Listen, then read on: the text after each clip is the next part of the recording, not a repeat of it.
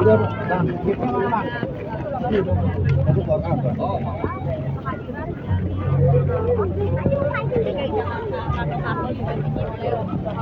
Masih kerok. Ya fotoin. Langsingin lagi, Pak. Aduh, umurnya 65. Ayo, 1 2 1 2. Kecil lihat. Iya. Ya udah ya. Nah, ya. Kemarin lihat di TV aja kan? Gimana kalau filmnya Makan ada siang tahu dulu? Lihat di TV ya. Aku udah ketemu tuh. Boleh nih aku liput. Bang, apa? Ya. Ya.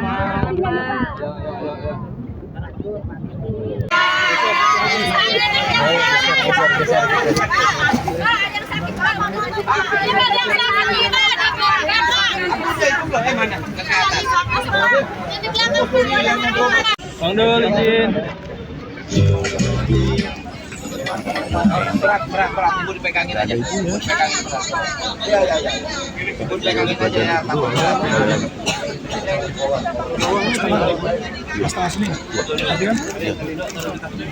Oke.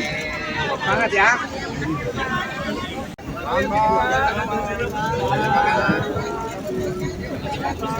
Oke.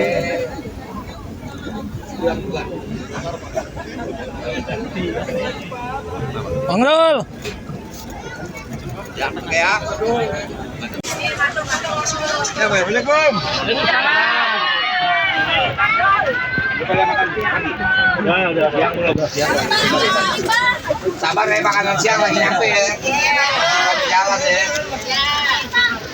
Gimana? Ada yang sakit enggak kan? Ada. Alhamdulillah kalau tahun ini. Berapa?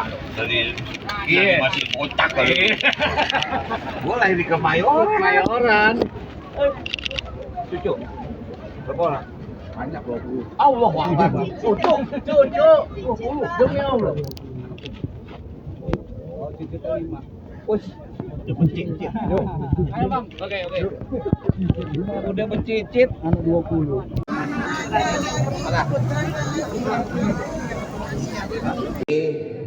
Sebetulnya dari semalam saya ingin kesini, cuman kalau semalam dari Pak Wali sini menyarankan jangan dulu karena akan terjadi kekacauan. Ya maaf, kadang-kadang kalau saya hadir bukan menjadi enak tapi menjadi ribet. Nah inilah makanya siang ini saya datang. Insya Allah hari ini Pak Gub akan tiba. Mudah-mudahan beliau mendarat di Jakarta jam 2 siang ini. Tapi sebelum berangkat beliau menelpon saya dari Madinah, kirim salam pada masyarakat, mudah-mudahan sabar menghadapi musibah ini. Nah, berdasarkan rekapitulasi sementara, kebakaran berdampak pada hampir 304 bangunan, 354 kepala keluarga dengan total 679 jiwa terdampak.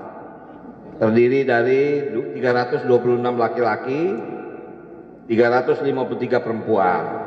Dari jumlah tersebut terdapat 35 lansia, 90 balita, 53 anak usia SD, 60 anak usia SMP, 22 remaja SMK, serta 414 warga dewasa termasuk ibu hamil. Kita seperti teman-teman lihat sudah menyiapkan posko di lapangan Yusuf Hamka ini lengkap dengan pengungsi, ada posko kesehatan, ada dapur umum, kemudian ada posko dukungan psikologi untuk anak-anak. Nah jadi Dinas Sosial juga telah menyalurkan bantuan logistik ya berupa makanan, matras segala macam. Selain bantuan pangan kami juga turut menyalurkan paket sandang pangan natura bagi masyarakat terdampak. Sekali lagi mudah-mudahan kejadian ini yang terakhir agar masyarakat juga menjaga lingkungannya. Kalau ini selalu terjadi pasti akan rugi bagi kita semua. Mungkin itu yang bisa saya sampaikan. Kalau ada mau tanya silakan. Ya. Ini kan berdiri di atas lahan septic ya Pak. Ya. Jadi warganya akan dipindahkan. Oke. Jadi pada saat saya berkunjung ke daerah yang namanya Kebon Kosong, ini masuk Kebon Kosong kan? Memang ini menjadi sejarah panjang. Ini yang mudah-mudahan akan segera kita selesaikan. Tadi sambil lalu saya ngomong dengan beberapa warga, nggak mau coba di rumah susun. Aduh bang, kita lahir di sini bang, bahkan yang namanya apa ari-ari kita ditanam di sini. Saya bilang saya lahir di Kemayoran di Kepu, ari-ari saya juga saya tanam di Kemayoran, masa kita mau sebujak-bujak tinggal di sini. kita selalu berusaha untuk menyadarkan masyarakat bahwa bukan berarti tidak layak, tapi mungkin kalau tinggal di rumah susun jauh lebih layak. Itu yang satu. Yang kedua apa tadi? Dokumentasi tadi teman-teman saksikan bahwa memang ada dokumentasi, pasti ada yang terbakar. Karena itu tadi di Dukcapil kita juga sudah menyerahkan KK, KTP, artinya segera berlapor kalau memang belum ada yang menemukan, atau segera berlapor kepada dinas terkait agar semua dokumen disiapkan. Silakan. Terkait dengan Tunggal putra Indonesia, Alwi Farhan, melaju ke babak 16 besar Indonesia Open 2026 setelah mengalahkan wakil India, Lakshya Sen, 2 game langsung di Istora Senayan. Pada babak berikutnya, Alwi akan menghadapi seniornya, Jonathan Christie, dalam duel sesama wakil Indonesia. Alwi mengaku termotivasi tampil di hadapan pendukung tuan rumah dan siap memberikan yang terbaik demi menjaga peluang meraih gelar juara Indonesia Open ke-2026. KPK akan memanggil Ketua HIPMI, Akbar Himawan Buhari, untuk mengklarifikasi dugaan penerimaan dana 3,5 miliar rupiah yang terungkap dalam persidangan kasus korupsi proyek jalur kereta api DJKA Medan. Selain itu, KPK juga membuka penyidikan baru terkait perkara DJK di Sumatera bagian selatan yang saat ini masih berjalan tanpa penetapan tersangka. Perserikatan Bangsa-Bangsa atau PBB menyampaikan keprihatinan mendalam atas meningkatnya eskalasi konflik di Lebanon Selatan. PBB memperingatkan bahwa memburuknya situasi keamanan berisiko menimbulkan lebih banyak korban sipil, serta memperparah krisis kemanusiaan di wilayah tersebut. Organisasi dunia itu juga mendesak semua pihak untuk menahan diri, menghormati hukum internasional, dan mengupayakan langkah-langkah diplomatik guna mencegah meluasnya konflik. Iran mengecam serangan terhadap sebuah sekolah putri di wilayah LPR dan menyebutnya sebagai kejahatan perang. Teheran menegaskan bahwa fasilitas pendidikan sipil tidak boleh menjadi target serangan dalam konflik bersenjata. Iran juga mendesak dilakukannya penyelidikan independen guna mengungkap pihak yang bertanggung jawab atas insiden tersebut.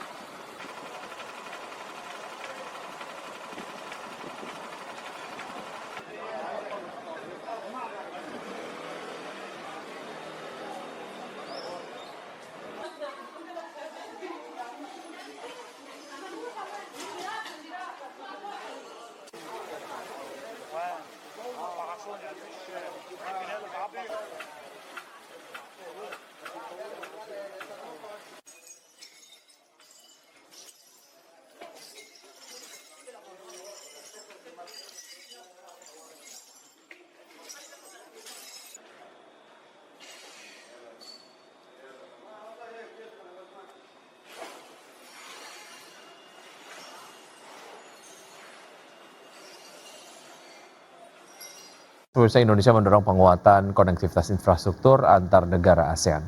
Ya, di mana kawasan Asia Tenggara diprediksi akan menjadi pusat perekonomian baru global yang menjadi banyak incaran investor dunia. Presiden Prabowo Subianto menekankan pentingnya penguatan konektivitas infrastruktur di berbagai bidang, termasuk pemerataan akses di wilayah terluar bagi negara-negara anggota ASEAN. Indonesia menekankan bahwa pembangunan infrastruktur yang terkoneksi antara antar negara akan memberikan dampak nyata bagi masyarakat di wilayah tertinggal, terdepan, dan terluar atau 3T, negara-negara Asia Tenggara.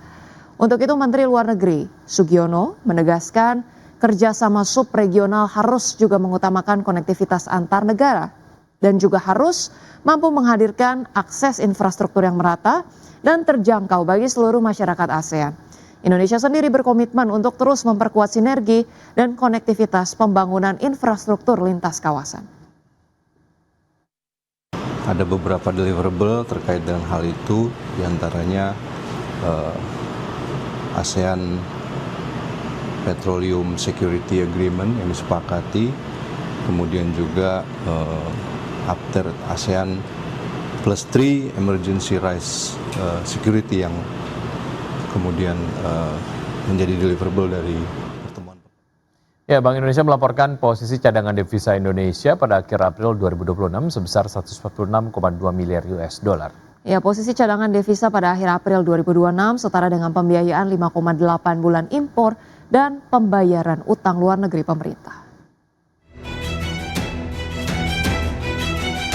Bank Indonesia melaporkan posisi cadangan devisa Indonesia pada akhir April 2026 sebesar 146,2 miliar US dollar. Angka tersebut menurun dibandingkan posisi akhir Maret 2026 yang tercatat sebesar 148,2 miliar US dollar. Adapun posisi cadangan devisa pada akhir April 2026 setara dengan pembiayaan 5,8 bulan impor atau 5,6 bulan impor dan pembayaran utang luar negeri pemerintah. Angka tersebut juga jauh di atas standar kecukupan internasional yang berada di kisaran 3 bulan impor. Dalam keterangannya, Direktur Departemen Komunikasi Ramdan Denny Prakoso mengungkapkan, perkembangan tersebut dipengaruhi oleh penerimaan pajak dan jasa serta penerbitan global bond pemerintah. Di tengah kebutuhan pembayaran utang luar negeri pemerintah dan pelaksanaan kebijakan stabilisasi nilai tukar rupiah. BI menilai level cadangan devisa tersebut mendukung ketahanan ekspor eksternal sekaligus menjaga stabilitas makroekonomi dan sistem keuangan nasional. Kedepan, BI meyakini ketahanan sektor eksternal Indonesia tetap terjaga. Optimisme tersebut didukung oleh posisi cadangan devisa yang memadai serta potensi aliran masuk modal asing yang tetap positif. Hal itu sejalan dengan persepsi investor terhadap prospek perekonomian Indonesia dan imbal hasil investasi domestik yang masih menarik. Jakarta, Tim Liputan IDX Channel. Berikutnya pemirsa, Kementerian Keuangan mencatatkan posisi utang mencapai 9.920,42 triliun rupiah per 31 Maret 2026. Ya, rasio utang terhadap produk domestik bruto berada di level 40,75%. Direktorat Jenderal Pengelolaan Pembiayaan dan Risiko Kementerian Keuangan mencatat posisi utang mencapai 9.920,42 triliun rupiah per 31 Maret 2026. Dari total tersebut, mayoritas utang masih berasal dari penerbitan surat berharga negara yang mencapai 8.652,89 triliun rupiah atau sekitar 87,22% dari total utang pemerintah. Sementara itu, komponen peminjaman tercatat sebesar 1.267,52 triliun rupiah. Data tersebut menunjukkan struktur pembiayaan pemerintah masih bertumpu pada instrumen pasar keuangan domestik melalui penerbitan obligasi negara. Berdasarkan data yang resmi DJPPR, Kementerian Keuangan, rasio utang terhadap produk domestik bruto berada di level 40,75%. Angka tersebut masih berada di bawah batas maksimal rasio utang yang diatur dalam Undang-Undang Keuangan Negara sebesar 60% terhadap PDB. Pemerintah menyatakan pengelolaan utang dilakukan secara cermat dan terukur untuk mencapai portofolio utang yang optimal sekaligus mendukung pengembangan pasar keuangan domestik. Jakarta, Tim Liputan IDX Channel. Bursa Pacific Universal Investments mengungkapkan pengambil alihan PT Mitra di Perkasa Tbk bertujuan untuk memperkuat pengembangan bisnis grup MAP di Indonesia dan kawasan Asia Tenggara. Adapun sebelumnya pada Jumat 8 Mei 2026, Pacific Universal Investments resmi mengakuisisi 51% saham MAP dengan nilai total mencapai 11,81 triliun rupiah. Pacific Universal Investments mengungkapkan pengambil alihan PT Mitra Adi Perkasa Tbk bertujuan memperkuat pengembangan bisnis grup MAP di Indonesia dan kawasan Asia Tenggara. Direktur Pacific Universal Investments mengatakan langkah akuisisi Mitra Adi Perkasa dilakukan untuk mendukung ekspansi dan pertumbuhan jangka panjang perseroan sebagai salah satu pemain retail terbesar di kawasan. Pada Jumat 8 Mei 2026, Pacific Universal Investments resmi mengakuisisi 8,46 miliar saham MAPI atau setara 51% dari total modal ditempatkan dan disetor perseroan. Saham tersebut dibeli dari PT Satya Mulia Gema Gemilang dengan harga Rp1.395 per saham atau senilai total Rp11,81 triliun. Dengan rampungnya transaksi tersebut, Pacific resmi menjadi pengendali baru emiten retail gaya hidup tersebut. Pacific bersama afiliasi CFC Capital Partners juga akan menunjuk Samudra Investment dan Ocean Continuum untuk melaksanakan penawaran tender wajib atas saham publik MAPI. Harga penawaran tender wajib tersebut ditetapkan sebesar Rp1.550 per saham sesuai ketentuan yang berlaku di pasar modal. Aksi pergantian pemegang saham pengendali MAPI terjadi di tengah kinerja mentereng grup MAP. Pada kuartal 1 2026, PT Mitra Adi Perkasa Tbk mencatat pertumbuhan pendapatan 32,04% secara tahunan menjadi Rp12,29 triliun. Di sisi bottom line, laba bersih perseroan naik 32,98% menjadi Rp628,04 miliar. Berbagai sumber IDX Channel. Ya, pemirsa, PT Itsek Asia Tbk akan melakukan pemecahan nilai nominal saham atau stock split dengan rasio 1:2 sehingga nilai nominal saham berubah dari Rp25 per saham menjadi Rp12,5 per saham. Direktur PT Itsek Asia Tbk Doni Mora mengatakan aksi korporasi tersebut telah memperoleh persetujuan pemegang saham dalam RUPS luar biasa yang digelar pada 16 April 2026. Melalui aksi korporasi ini jumlah saham ditempatkan dan disetor penuh meningkat menjadi 13,43 miliar saham. Manajemen perseroan menjelaskan langkah stock split dilakukan untuk meningkatkan likuiditas perdagangan saham sekaligus memperluas basis investor di pasar modal. Berdasarkan jadwal yang telah diumumkan perseroan, perdagangan saham CYBR dengan nilai nominal lama di pasar reguler dan negosiasi berakhir pada 12 Mei 2026. Selanjutnya saham dengan nominal baru mulai diperdagangkan di pasar reguler dan negosiasi pada 13 Mei 2026.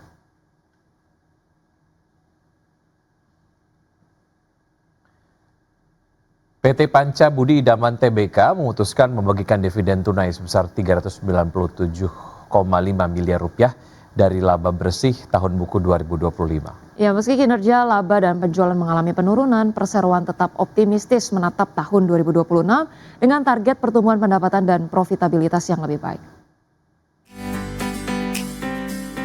PT Panca Budi Idaman Tbk atau PBID menyetujui pembagian dividen tunai sebesar Rp397,5 miliar atau setara Rp53 per saham dari laba bersih tahun buku 2025. Keputusan ini disahkan dalam rapat umum pemegang saham tahunan atau RUPST. Dari total laba bersih sebesar Rp400,58 miliar, sebesar Rp3 miliar dialokasikan sebagai cadangan, sedangkan sisanya dibukukan sebagai laba ditahan. Sepanjang tahun 2025, PBID mencatatkan penurunan laba bersih sebesar 17,4% secara tahunan menjadi Rp400,58 miliar. Sementara penjualan turun tipis menjadi Rp5,19 triliun. Penjualan masih ditopang oleh segmen kemasan plastik senilai Rp3,44 triliun, disusul penjualan biji plastik dan segmen lainnya. Pasar domestik tetap menjadi penopang utama pendapatan perseroan. Direktur Utama PBID Vicky Taslim menyebut penurunan kinerja dipengaruhi tren penurunan harga biji plastik sepanjang tahun 2025. Meski demikian, perseroan tetap optimistis terhadap prospek bisnis tahun ini. PBID menargetkan pertumbuhan pendapatan usaha sebesar 10% pada 2026 dengan target net profit margin di kisaran 8 hingga 10% serta debt to equity ratio atau DER sebesar 15 hingga 20%. Berbagai sumber IDX Channel.